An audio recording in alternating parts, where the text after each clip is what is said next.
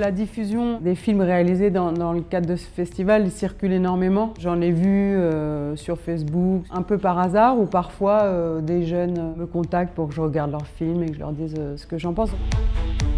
Le concept ouvert à tous, gratuit, je le trouve merveilleux, forcément. Moi, en plus, je suis d'une génération où ça n'existait pas du tout. Donc, c'était difficile d'accéder quand même à ce monde-là. Et aujourd'hui, le fait que chacun puisse faire un film, s'exprimer et le diffuser de façon aussi large et aussi simple, je trouve ça merveilleux. Voilà, c'est beaucoup de fenêtres ouvertes pour tout le monde.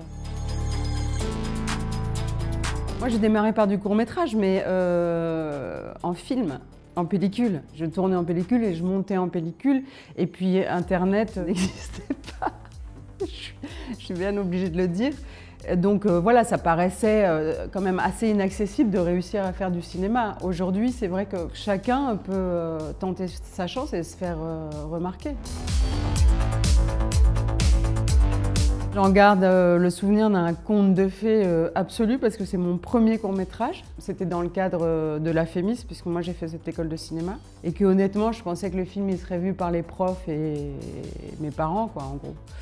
Et que le film s'est retrouvé sélectionné au Festival de Cannes, où je ne savais même pas qu'il était des courts-métrages en compétition. Et il a eu un prix.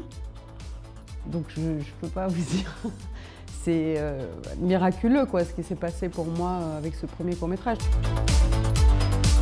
Je ne pense pas que je serais capable de le faire. Je ne sais pas, même si aujourd'hui, peut-être l'année prochaine, je participerais, ce serait amusant de se frotter à ça, mais je ne sais pas si je serais capable vraiment de raconter quelque chose.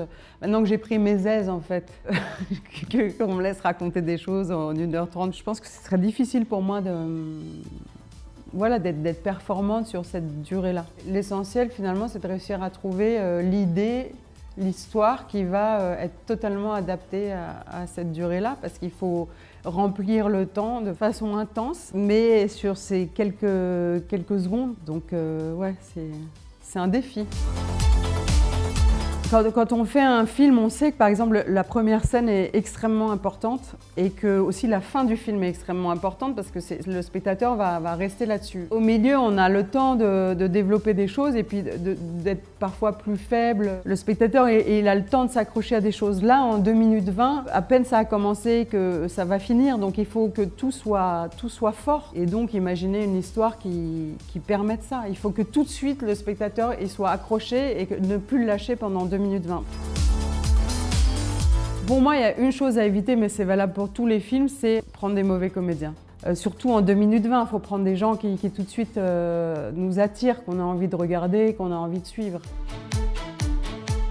Le thème du cadeau, je le trouve pas facile et en même temps, le champ des possibles est énorme. Et après, ce qui va m'intéresser, c'est de voir comment l'imaginaire des gens a fonctionné sur ce thème-là. Je suis sûre qu'il va y avoir des surprises énormes. C'est-à-dire, je vais sûrement voir des films où je vais être admirative de l'idée qu'a eu le réalisateur ou la réalisatrice du film en question.